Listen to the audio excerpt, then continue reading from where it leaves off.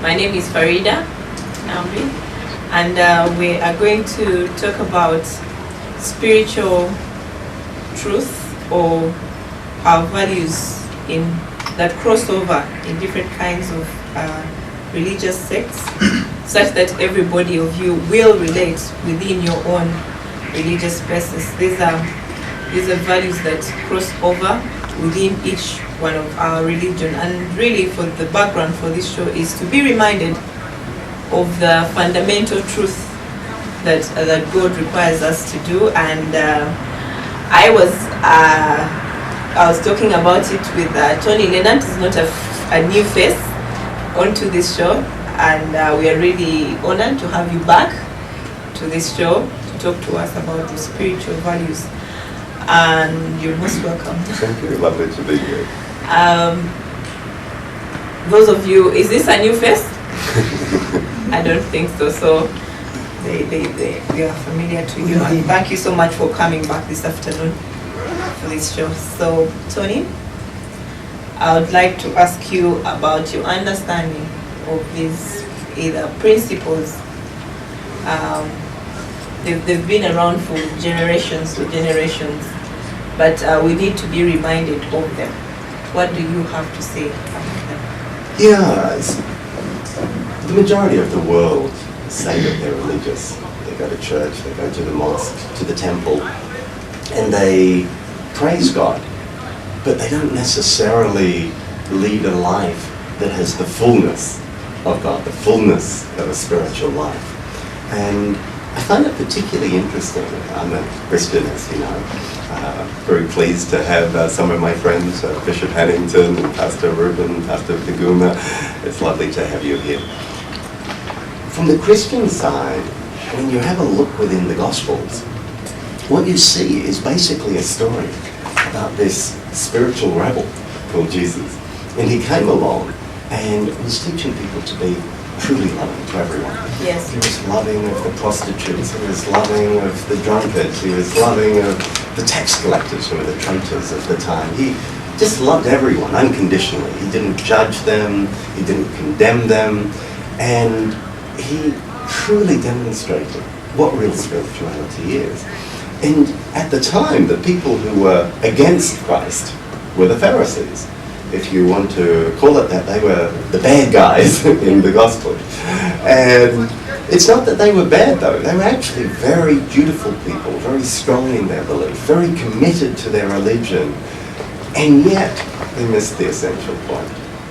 And the essential point is to love, to develop ourselves so that we are as loving as Jesus, as loving as Muhammad, as loving as, And you have a look within the teachings. It is so clear there, and yet somehow we seem to overlook it. So the fundamental point that you find in the Torah, that you find in the Holy Bible, that you find in the Quran is love. But love is really just central. I mean, in all of the religions, every single religion, they teach the golden rule. You should do to others as you have them to you. Matthew 7:12. In Islam, it's in the Bukhari Hadith, the Muslim Hadith, the Fudi Hadith, the Nawawi. It's in all of the religions. It's there. Amazing for you to know all these books. And well, one of the things that I believe, if one is to focus on being loving, part of being loving is to respect other people, to respect their view of God. Yes. That is so far beyond my understanding, anyone's understanding. But that has fundamentally failed us. Yes. You know, it's not something that everybody understands. So who is a religious person to you? Well, I draw a distinction between a religious person and a spiritual person. Mm-hmm. A religious person is someone who follows the religion. They go to church or the mosque, they pray, they fast. Yeah. And yet, as we see in the Gospels, the Pharisees were the most religious people. They were very strong in their belief and made enormous sacrifices to do what they believed. And yet, Christ speaks about them in the harshest of terms. And so what he is saying is we need to be spiritual. And to be spiritual, that means that you're loving. It means that you have developed a level of self-mastery such that in all of your life, you're happy, you're fulfilled, you're peaceful, you exert an energy of calmness and of peace. People like to be with you. You know, here we've always asked, and you're like, oh my God, this is a sheikh, but he has bad behavior. And you're like, how come? He prays all the 5 prayers, he fasts and all that. But it is so good to know that it is in your works, or the way you live your life, or the way, aside from what you actually try to model to do. One of the distinctions that's important to draw is there's a big debate. Is it your faith or is it your works that save you? And there's a lot within the Bible, for example, on that. James argues one way, Paul argues another way. Is it in your faith or in your works? And so, for example, James is saying faith without works is dead. Yeah, one thing has to be reflected in another. But really, when you look, there's actually something that creates a synthesis, neither just works nor just faith, and that is love. So I'll give you an example. Let's say that you are incredibly rich and you give a lot of money away. You might say, okay, you're doing good works. But if you have no love in your heart, then you don't actually benefit from it. One interesting thing in 1 Corinthians 13, Paul makes that point. He's saying, if you give everything away and yet you have no love, you don't benefit. So what he's saying is, it's in your interest to be loving. If you just focus on doing the right things without being loving, well, God won't like it, but you also lose out.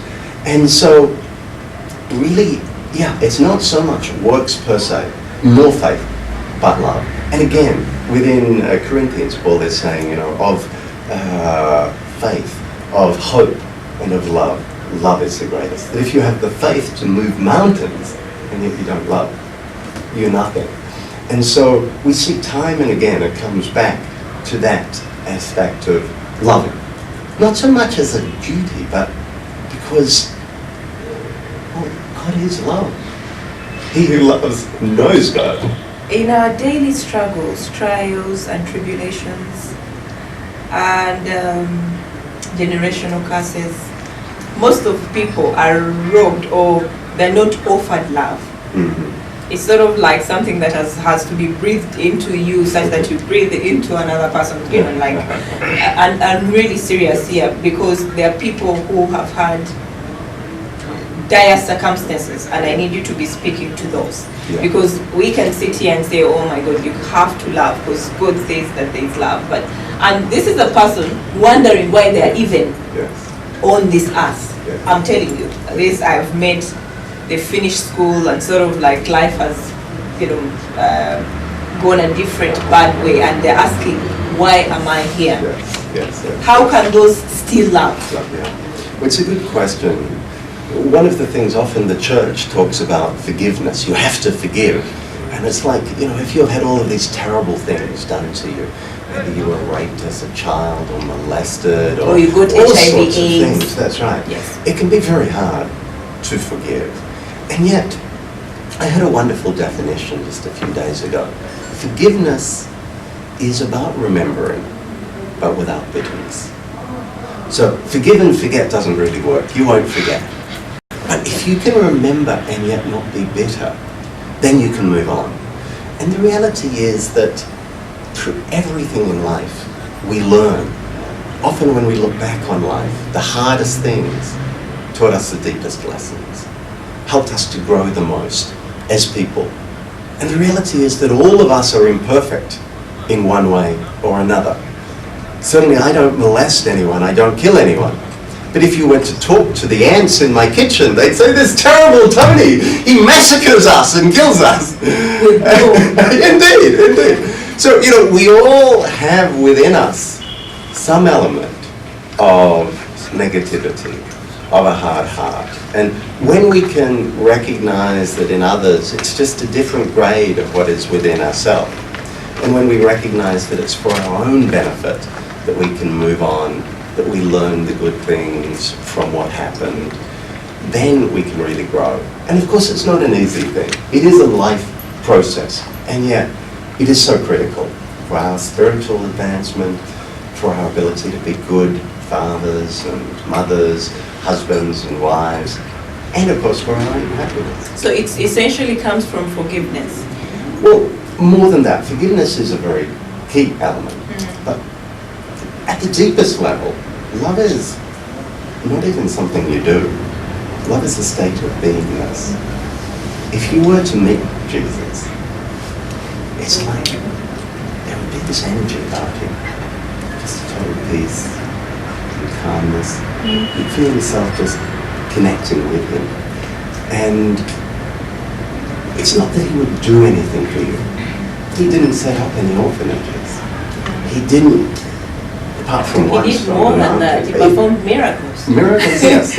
And yet, the main thing that he focused on was teaching people to be more spiritual.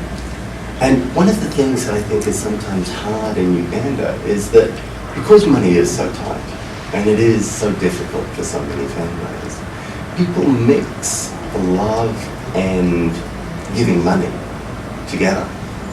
They think that if someone gives you money, that means they love you. And sometimes men will use that in a very bad way, telling women that they love them, and yet maybe beating them, maybe giving them HIV, maybe disrespecting them. Love has nothing to do with money.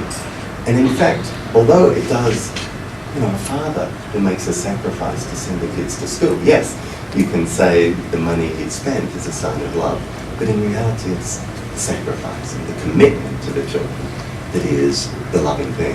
And so it's important in a country where people are poor to recognise love is not just about doing things. There's a limit to how much you can do. There's a limit to how much time you can spend with people. You can develop yourself so that you're in a place of love most of the time. And if you do that, you touch people's lives. But do you believe, Tony, essentially people in this world, knowing that love is one of the most fundamental values that anyone can uphold to be able to go on, I'm still asking you, do you believe that there are people who, if you ask them honestly, they don't even know how to love? It's been, am I speaking about people Yes. because it has been it has never been shown to them, so they're just confused. Yes. And this is the largest even for children in the slum areas, whatever, where you speak about love and they don't even know what to think about if you say that. So if you say it's a state of being, do you understand? Like it's a state of being where you just find someone and you feel love. Of course. Well, that's a bit of a more advanced teaching. Let me take it down to a very basic level. And you're right, if you haven't ever experienced much love, it's going to be very hard to love. But let me give you a very basic and a very simple explanation of something that is very much at the core of love. We talked about the golden rule. You should do to others as you have them do to you. Now, intrinsic within that is that you have to put yourself in the shoes of another. Because how can you do something? You have to empathize. That's right. If you're not able to think from another person's perspective, you're not able to do to them what you would want them to do to you if you were in their position. Yeah, that's right. And so putting yourself in the other's shoes is really at the core of being loving. So what that means is that, for example, instead of just judging prostitutes, think, well, what would it be like if you were in their situation? Instead of, maybe you're a Christian and you judge Muslims, or you're a Muslim and you judge Christians, think to yourself, well, learn about the other religion, learn to appreciate and respect others, to treat them the way you would want them to treat you. If you dislike another tribe, look for the good in that tribe. The reality is there are good and bad in everyone, in every tribe, in every group, in every religion. And so by looking for the good in another and putting yourself in the shoes of another, that will actually tell you the degree to which you are doing to others as you have them do to you. Now it's a tough thing,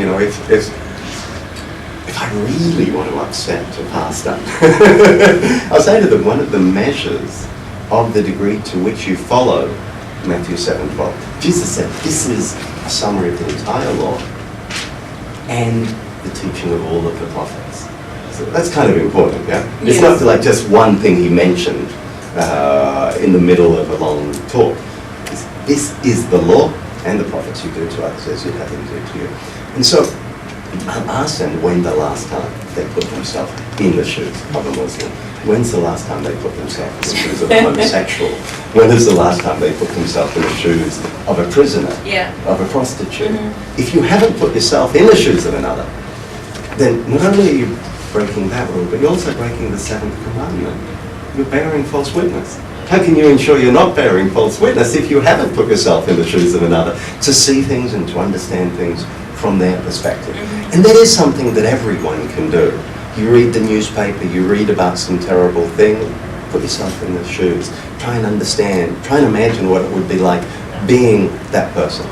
And then another thing that one can do is to actually think of your heart and just connect with your heart, feeling around that area. And imagine your heart actually opening up as though there are some doors in front of your heart. And you imagine the doors opening up and light shining out. You do that every day. It only needs to take a couple of minutes. You so will how find, do you do that, Tony? literally you just imagine your heart and the doors in front opening up and love coming out, like a light coming out. Have you seen pictures of Jesus? Can you do that, people? You've seen pictures of Jesus and the lights coming out. Yes. So try it just now and send love to your neighbors. So for just a few minutes, let's just practice this and we see whether it works. So you close your eyes or something? So close your eyes. And please so close your eyes. Let's start off by imagining maybe your mother. And think of your mother. So imagine somebody you love. And then you imagine your heart opening up. So then we open up. And imagine the love then coming from your heart, like a beam of light, shining out. So it's a feeling you should wake up to. And waking up, doing it as a prayer, as a meditation. The other thing too is when you feel negative towards someone. Have you felt light, people? How does it feel? Yeah. It's very simple, and yet it's very powerful. And I mean, at times you'll find someone just really upsets you, and you don't even know quite why. Do that. Just send them love. You'll find. Just close your eyes for 5 minutes. You're trying to upset me. You close your eyes and you let them out. And and it doesn't even need to be 5 minutes. A few seconds. Can do that. And you can, I was telling you that I was on a boda yesterday and I was praying and I was doing spiritual healing. I wouldn't necessarily recommend that to everyone, but you can send love, when you're in the taxi, when you're on a boda, even in an interview. No, we just did it. Yes. And people do feel it. So Tony, what do you do on a personal level when you feel low? Because then that can take away or disturb the fundamental principle and the values of spirituality. So, there are a number of things. So, first of all, I pray, I meditate. With meditation, it can be very simple. It can be thinking of God. It can be saying the name of God and repeating it a number of times. It can be just being aware of your breathing, and just observing the breathing, even counting the Does this mean, like when you're aware of your breathing, that you have toned down yourself to be aware? So what happens then, that's right, instead of focusing on this and that and all of these different things, you just start focusing on one thing. And because so you're relaxing actually. You're relaxing, you're connecting within yourself. There are many teachings within the Bible talking about God being within oneself. And St. Augustine, for example, says, I searched for you, God, here and there and everywhere. For so long I've been searching, and all along I did not realize you were within. And it's also referred as the greatest secret that God is within us. And so by focusing on ourselves, we calm down, we become more peaceful. I was mentioning to you how last night I had a terrible throatache. My nose was running. I wasn't sure if I'd be able to do this program. I had a really important meeting, a business meeting at 11 o'clock, and I had a proposal I had to finish which took many hours to do. And so at 8 o'clock, I'm at home, I'm praying, I'm meditating, I'm doing some healing on myself. I went to bed at 8 o'clock. And at midnight, I wake up totally refreshed. No sore throat, no runny nose, full of energy. I've been working since midnight. Amazing. So sometimes all it takes is just a simple prayer and meditation. Prayer, meditation, certainly singing songs, gospel songs, or listening to, in your case, the chanting, for example, from the Quran, listening to things that really renew your spirit, and doing the exercise of sending love. So many things will actually help you to shift the focus and to shift where you are. I've asked you this before, but what are some of your life lessons?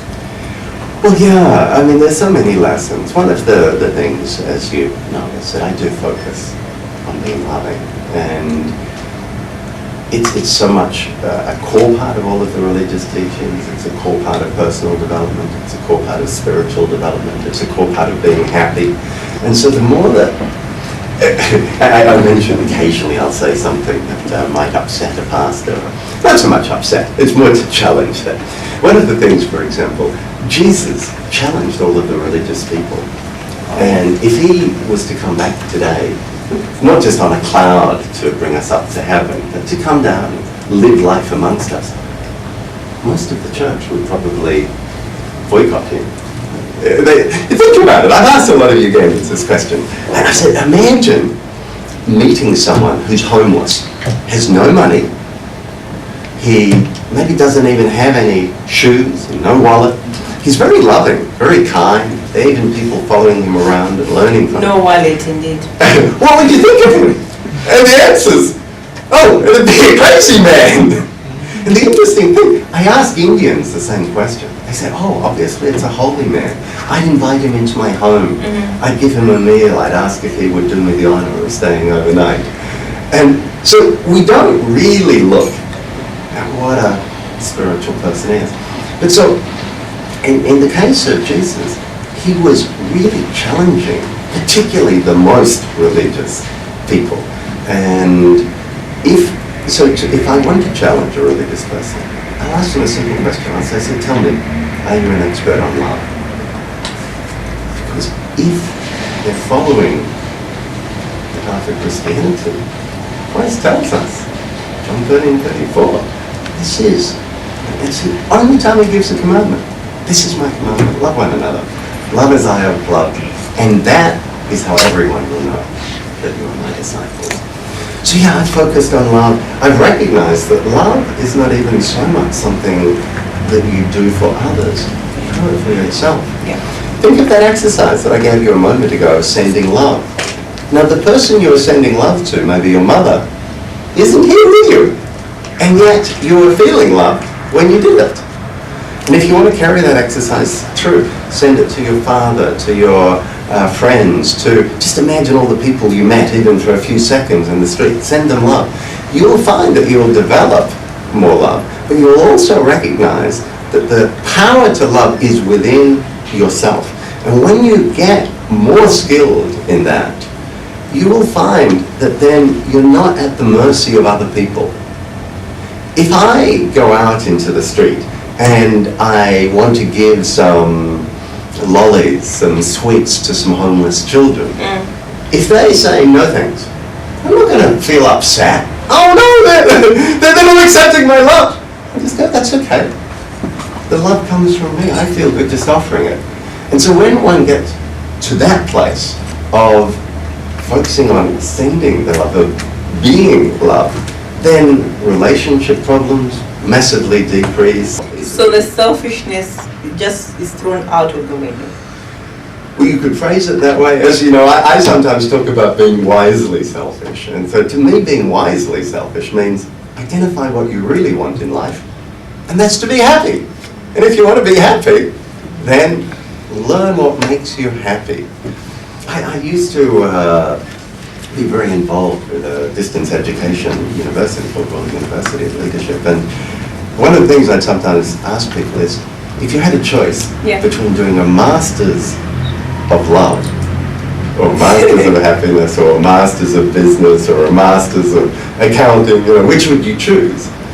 And a lot of people say they do the masters of love or happiness, but I don't believe them. I've never seen people actually, do it. But wouldn't that be great? And yes, it would. We overlook the important things in our life. We spend all our time making money. Money's important. But we spend all of our time focusing on the formalities and the externalities of religion. We'll take a break. This is the Nambi Talk Show. My name is Faridah, hosting it. Please do not go away. We'll be right back.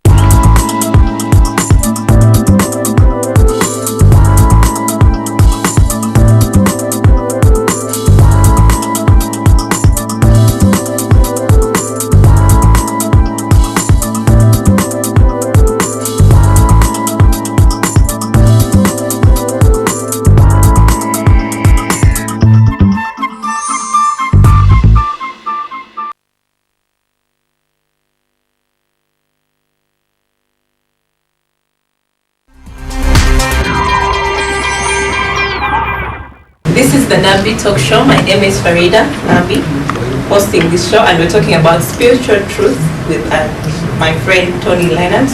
He's also, by the way, a leadership teacher in the MUBS Institute of Leadership here in Uganda. Thank you so much for being here. But would like to ask you about the other values that you see that are also in the religious books. One of the things that we often overlook, we focus almost totally on belief, that we don't focus on character development. And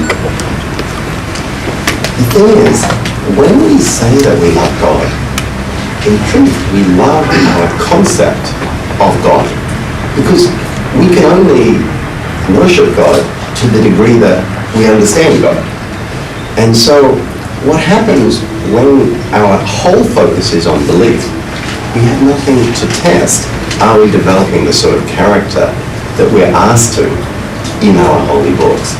So for example, in the Gospels, in the New Testament, and indeed in the teachings of all of the religions, what you see is that the most spiritual people, certainly they're loving, but not only that, they live a simple life.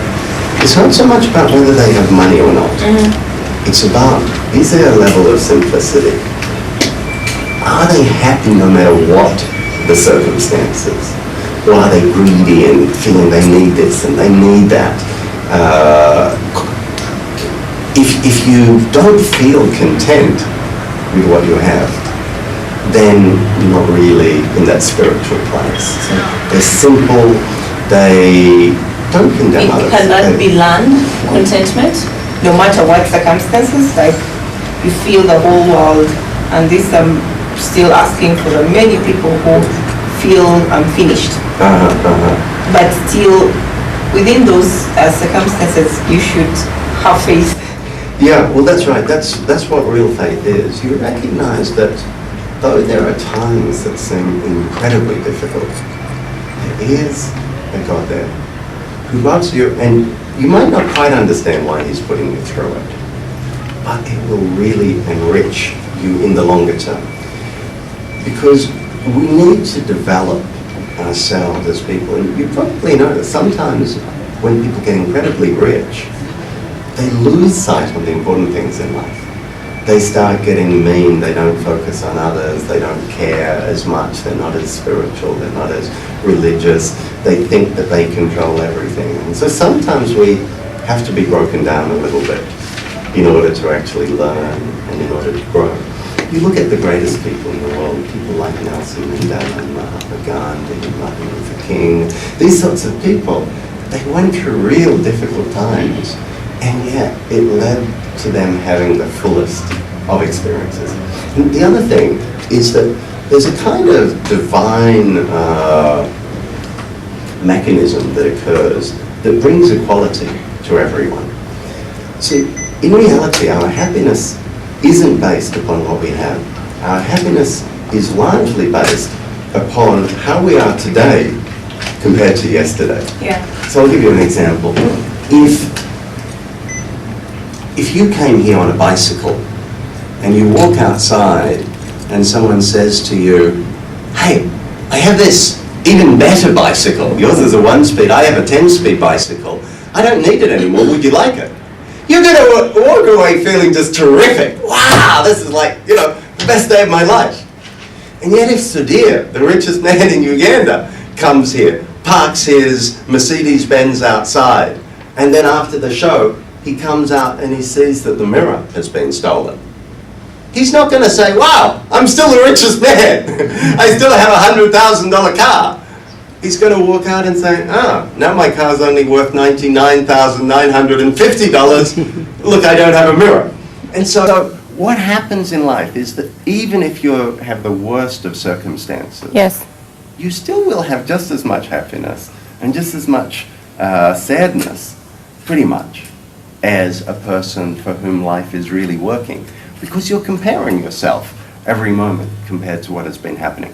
Now, you can learn these skills, and you can learn to really just appreciate life day by day and to develop that level of happiness. But that does take work, it takes time, it's a discipline. It is a discipline.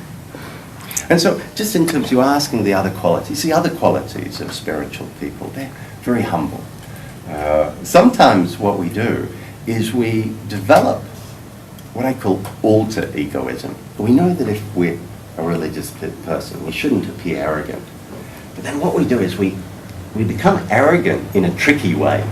So for example, let's say you go to KPC. Then it's like, oh, everyone at KPC, we're so wonderful, we're so spiritual.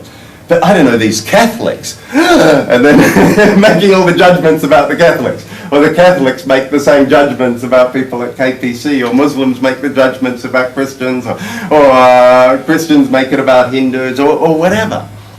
And so what we do is we develop this form of alter egoism. We're not saying, I'm better than you, but we're saying, we, in our particular religious group, are better than others. And we might believe that our path has some great things that maybe aren't available in other paths, but there's no need to be arrogant about it. And so we should develop that sense of humility. Other things that spiritual people have, they're just very peaceful, very calm. Very So grounded, that's essentially all of these things. what has brought the conflict between the different religious sects in not respecting each other. And yet there are these common values Exactly. I mean, that can create the togetherness and why the don't we working. focus on the commonality? You're a Muslim, I'm a Christian, and yet when you look, even within your Quran, it talks about Christ.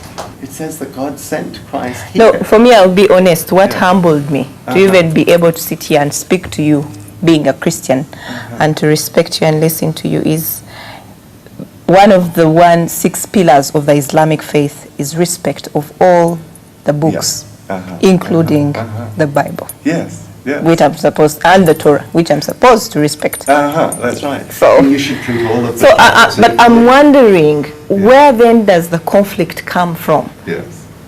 It's... Do you understand? Because if you read this book, this is one pillar of the Islamic faith. You must respect all the books. Yeah. And Muslims are supposed to read the Torah that came with Moses. The gospel Muslims, called the Injil. yes, the Injil, the gospel, which you find in most of the Old Testament of the Bible.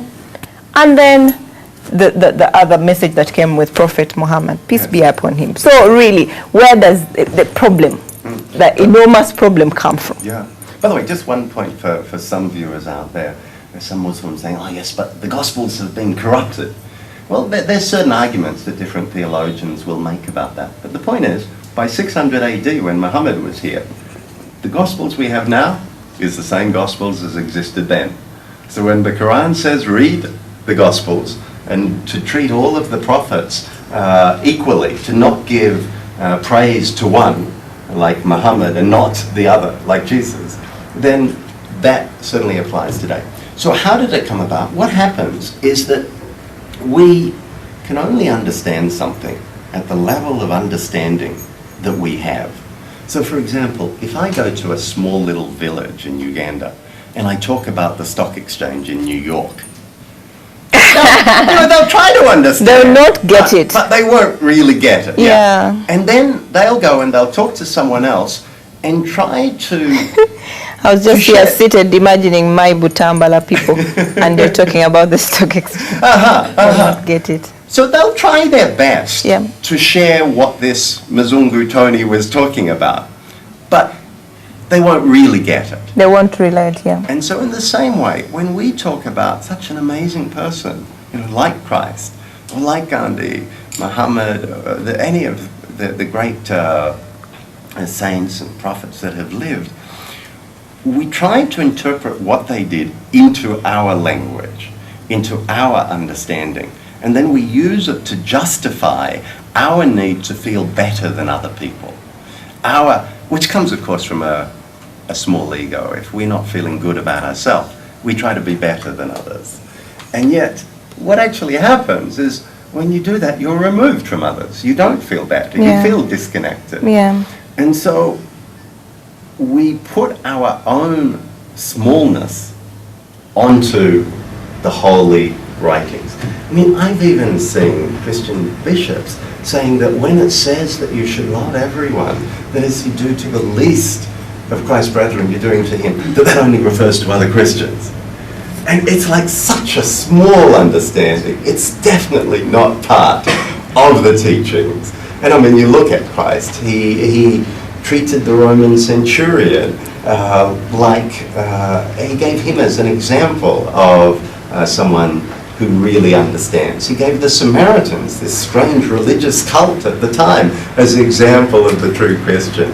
And so, we take our own smallness and we project it onto the holy writing. Now, there's something about giving that I see in many of us. For instance, we are essentially an NGO, and one would ask me how many Muslims are under the children under our care, or one would ask, for instance, like Kids of Africa, how many Christians. But in essentially love, is it the love for humanity, or must we focus on, if like I'm a Muslim and I have an orphanage, it should be packed with Muslim kids, period. I mean, again, that shows the smallness of a person, that they only are interested in their own religion, like it's something they're marketing. And the Quran tells you to look after orphans. The Bible tells you to look after orphans. It doesn't say look after Muslim orphans. It doesn't say look after Christian orphans. And the reality anyway is that both religions follow the same God. Even the word Muslim, it just means to submit. Islam is to surrender, to submit to God. And so, according to a number of Quranic scholars, you can be a Christian who's also a Muslim. And there are other theologians that will say, well, you can even be, of another religion and still be a Christian. His core commandment is you love as he loved. That's the test of your discipleship. And so certainly if you just look at that, it doesn't matter what religion you call yourself, as long as your heart's there.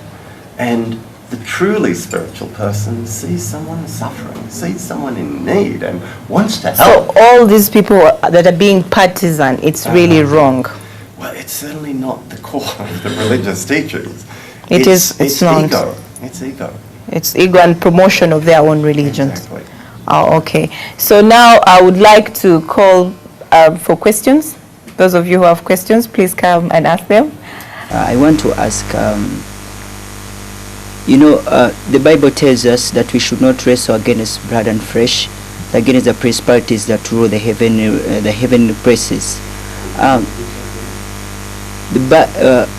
We do not wrestle against flesh and blood, but we wrestle against spirits that rule the heavenly places. So that means you should not wrestle against blood and flesh. And sometimes we have brothers and sisters who just think maybe this person has done wrong, and fighting this person in spirit it might take me hard time. And I think if I get this person, that's how some of our brothers and sisters think. We just say, maybe I'll hang this person and maybe just beat him with a spear or put him on a rock and hang him. I don't know. And when you try to ask this, it's right. For me, I feel this is the right thing, because in our belief, that's how we believe. It's like that. When someone does wrong, then we hang him down or just beat him down, and then because he doesn't have a right to live, such a person. And I just wanted to comment, fighting in the spirit. You know, I'm a kind of person who fights in spirit, and I've seen a lot of breakthroughs. When fighting in spirit, you just get out of breakthroughs than fighting in flesh. But I just want to comment on the two, because some people might not understand fighting in the spirit and then fighting in the flesh. Okay. So first of all, the first question was saying that we shouldn't wrestle against the flesh, and that if we're going to fight, it should be the holy war with the principalities. One of the things that is in the Bible, and I think also in the Quran, is that God says, vengeance is mine. It is in the Quran. That doesn't mean vengeance is a holy thing. What it means is you leave vengeance to God. Yeah. It's not your role. Yeah? You're not a judge, nor did he leave lawyers here. Yeah. So it's like if someone commits a murder, I take them to the police. I don't go and shoot them myself. The police on earth, vengeance is theirs. And in terms of the next life and in terms of the higher element of this life, it's God's. And that's kind of a comforting thing to know, because you don't have to get caught up with trying to pay back. You can leave it to God. And the reality is that all of the religions are teaching that vengeance is not what God wants. Vengeance is God's, not yours. So leave it to Him. Thank you, Mr. Tony. I'm glad to hear you the first time. I'm called Richard. Mine are two and short. One is talked about spiritual life. Kind of got confused when you brought in a religious life. I think they are two different. And when we talk about spiritual life, it's the life within us influencing the life outside us. So, don't you think believing in Jesus Christ is fundamental, since it begins within? Now, another question is, what's the difference between mercy and love? Don't you think love is more practical, contrary to what you said? Thank you. And of course, that's the one kind of dividing point in these sorts of discussions. And there are so many tempers and upsets that occur when we discuss that. Now, and it isn't the central issue of debate here. Well, the interesting thing. Yes. Let's actually just have a look at the Bible and examine it. You see, what we tend to do is we say, this is my favorite bit. I like this verse. And then we say, this is the most important verse. You see, many churches have their own favorite verse, yeah? I figure, if I work for you, you're the boss, I'm going to say, I guess I better check what the boss wants. And if the boss says, this is my main commandment, I better do that one. That's what you might say other things. You might have asked me to grab a bottle of water, but if you say the most important thing is be on time, I'm not going to get the bottle of water, I'll be on time, because you said that's the most important thing. So if we look then, we can see that the Pharisees were following the Old Testament, and yet Christ had to come to give us some new distinctions. We no longer are asked to spread the blood of a lamb on the temple wall. Jesus' teachings have supplanted that. And so then we have the New Testament. And in looking at it, most people will look both at what Jesus said and at what Paul says and not distinguish between the two. Now, of course, Paul's critical. We should learn from him. But if Jesus is the only way to the Father, then certainly you're going to focus on what Jesus says. And regardless of any belief in terms of if Jesus is the way, if we're a Christian, well, we're not a Paulian, we're a Christian. So let's focus on what Christ says. So then we look, what does Christ say? One commandment. He only gives one commandment. John 13:34 and 35, repeated again in John 15:12, repeated again in John 15:17. This is my commandment, love one another, love as I have loved, and this is how everyone will know you're my disciples. He said that 1 minute before John 14:6. So the two people that asked the question, surely Jesus is the only way, you have to be a Christian, you have to say you're a Christian. Well, 1 minute before saying that, Jesus says, this is how everyone will know that you're my disciple. So Faridah, you don't say that Jesus is your Lord and Savior. You don't say that he's God. But you love. And your level of love. Yes, I love. The sacrifices you've made for orphans and for so many different people is enormous. So according to Christ's teachings, I mean, I can't judge, but according to Christ's teachings, 60 seconds before saying, only through me will you reach the Father, he says the way is, you love as he loved, and that you do to the least of his brethren. That's what you're doing to him. And you see it again in Matthew 25, when he's asked, how do we get eternal life? He's saying, Matthew 25 is where you have the sheep being divided from the goats. And basically, people are being asked, when I was homeless, did you look after me when I was in prison? Did you visit me when I was hungry? Did you feed me when I was thirsty? Did you give me drink? And Christ is saying, that is what will determine whether you go to heaven or not. So by that measure, you're also going pretty well. Thank you. In Luke 10:25, he's asked by a scribe, how do we get eternal life?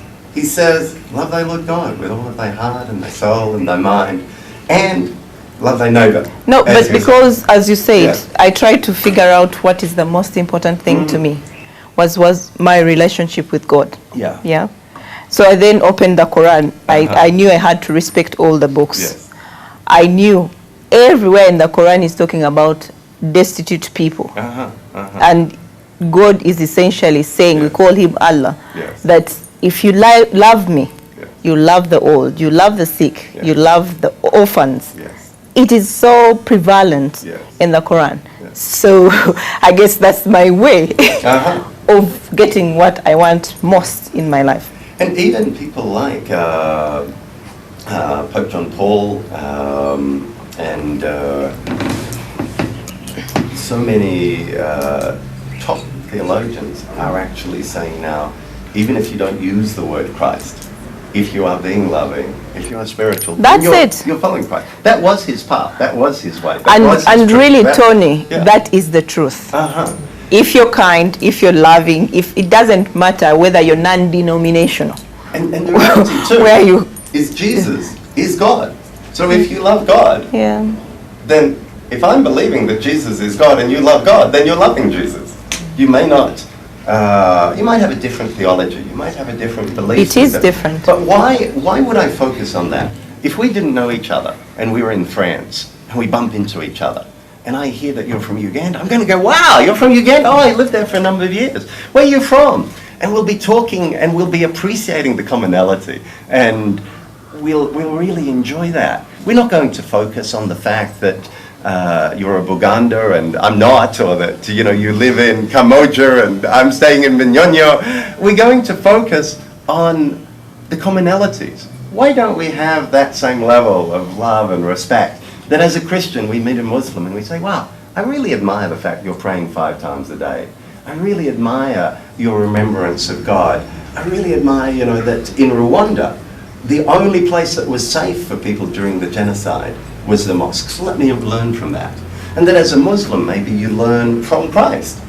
That you say, okay, if he was a prophet, which is what the Quran says, well, learn from him, yeah? And if we learn from each other, then we will be loving. Then we'll be, and God will be happy with us. Why would we choose to focus on one verse in one chapter of one book of the Bible, written about 50 years after Christ died? I have enough difficulty remembering what movie I saw last week, let alone the specifics of what was, what someone said to me 50 years ago. And if you look, for example, at John 14:6, here are the disciples. And Jesus has said, I'm about to die. I'm about to leave you. But don't worry, you will get to where I'm going. You'll get to heaven. And the disciples are saying, but how? We don't even know where you're going. And that's when he answers. He says, no! Who I am, what I am, that's the way. That's the truth. That's the life.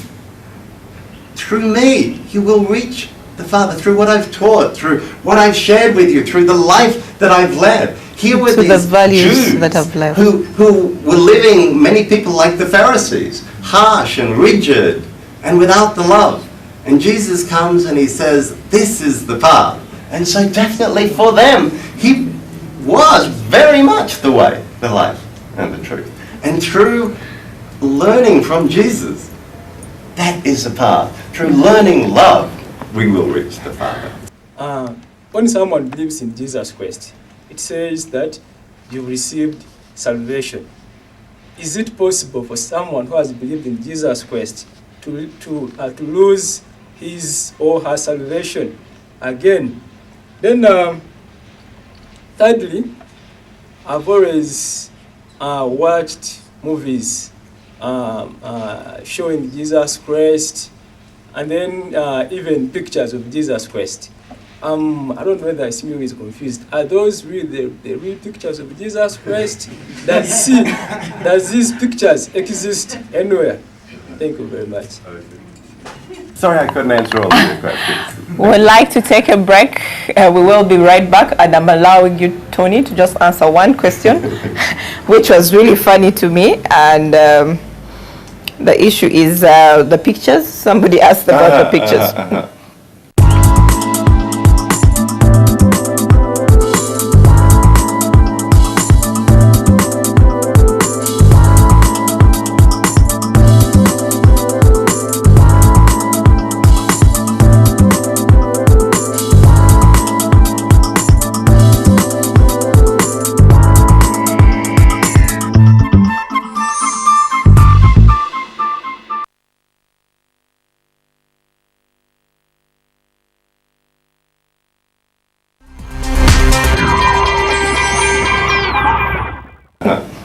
Are those the right pictures?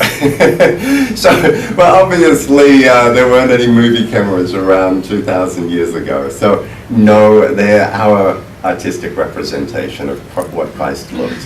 He was probably blacker than they show. He probably didn't have, blonde hair or blue eyes. He probably looked like a Palestinian. They've actually done a lot of research to try and say, what did he look like? And surprise, surprise, he was born in Palestine. He probably looked like a Palestinian Jew. But I think what is important is that the movies, while they may not show us what he physically looked like, they do show us who he was, what he looked like in that sense of how he lived and what was important and the way he lived. I would encourage people to watch the life of Jesus, as many times as they can. And it doesn't matter what religion you are, just think of it as a teaching about a spiritual person. Because there's so many lessons there, which we can overlook if we're actually caught up in reading the black and white print rather than seeing the person. And my last question, this is just for me, are Muslims and Christians cousins or brothers? Absolutely. I mean, being descendants from Abraham. There was a question of why isn't Muhammad in the Bible. Muhammad was born in 600 AD. He came later. So he actually wanted to bring Jews and Christians together, and he wanted about them unity. to become a part of it. He thought it was a movement that would help to purify the way that some of the religion had been, not followed. And in fact, his uncle, either his uncle or Khadija, his wife's uncle, was a Christian. A very strong Christian, and he was the first one to say to Muhammad that he had been visited by the archangel. And so very much Islam is an offshoot of Christianity, which is an offshoot of Judaism. It is the same God. You go to a Catholic church in an Arabic speaking country and they will say, let us praise Allah. They're using the word Allah merely as Arabic for God. And indeed, as you know, Surahs 2:136, 4:136, 3:3 in the Surah say that God gave us the Torah, that he gave us the Gospels, that he sent Jesus down. So yeah, it's an offshoot, it's, you could say, a cousin of Christianity. So they shouldn't fight anyway. So we shouldn't fight, we should we should respect, we should appreciate others. How can we say that we're following a path of love if we don't respect? Oh, this comes to the end of this talk show about spiritual truth, and the lesson here is love.